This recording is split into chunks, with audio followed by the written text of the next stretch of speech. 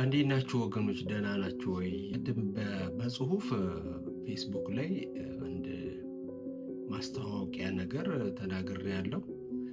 እሱ ምንድነው? አንድ የዩቲዩብ ቻናል አለኝ። ያው ዝም ብሎ ኢሹዎች ላይ ዲል ስለማላረግ ብዙ ሰብስክራይበር የለኝም፣ ግን ያለው በጣም በቂ ነው። 1.6 አለ 1600 ሰዎች ምናምን እንደዚህ ሰብስክራይብ አድርገዋል። ተጨማሪ ምናልባት ያልሰማችሁ ሰዎች ካላችሁ በዛውም ሰብስክራይብ እንድታደርጉ ለማነቃቂያ ነው አሁን የምናገረው። ግን ምን አሰብኩ አላለም፣ አንዳንዴ ከሩቅ ሆኖ በጥርጣሬ የመቆየት እንትኖች አሉ። በእርግጥ ራሴን ከጌታ ጋር ለማነጻጸር አይደለም፣ አዳኜና ውዱ አምላኬ ጌታዬ ከሱ ጋር የሚነጻጸር ምንም ነገር የለኝም ብዬ ነው ማምነው። ዛስ ማይ humble testimony for him። ግን እሱ እንደዚህ ብሏል። አንዳንድ ጊዜ እስከ መቼ በጥርጣሬ ታቆየናለህ ብለውታል እሱን።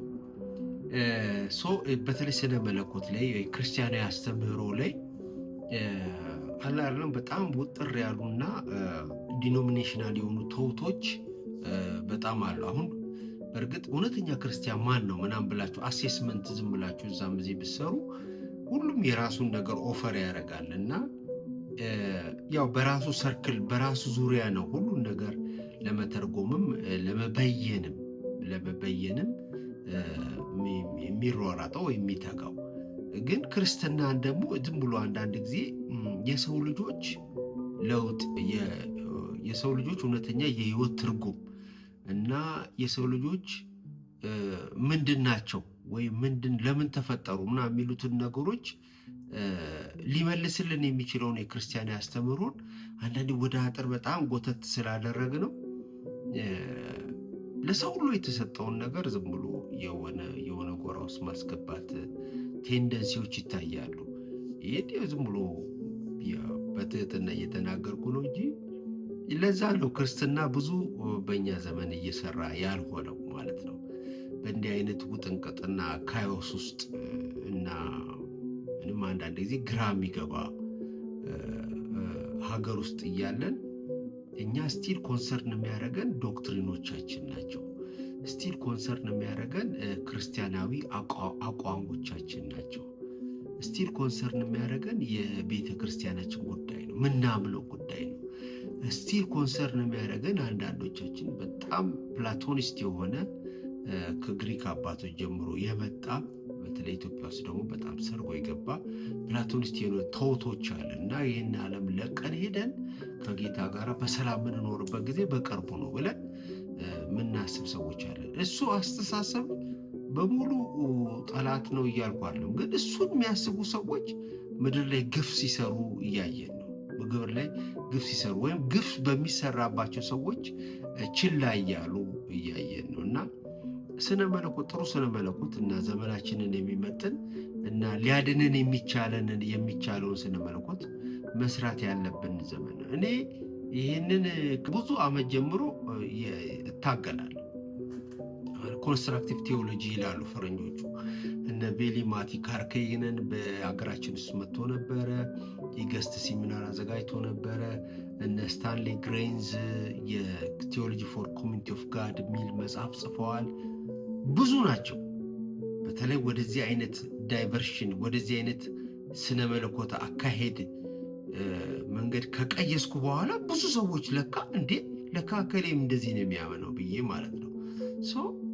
የተፈጠርንበትን ዓላማ ለማወቅ እንደገናም ደግሞ የእግዚአብሔር ምሳሌ የእግዚአብሔር መልክና ምሳሌ ነንና የተሰጠንን ድርሻ ሚና ለማወቅ የሚያስችልንን ስነ መለኮት መስራት አለብን እያልኩ ቆየሁ እንግዲህ። እና እስቲ የኔ ምልከታ ብዬ አንዳንድ ጊዜ ክርስቲያናዊ አስተምሮዎች ዋና ናቸው የምንላቸውን ነገሮች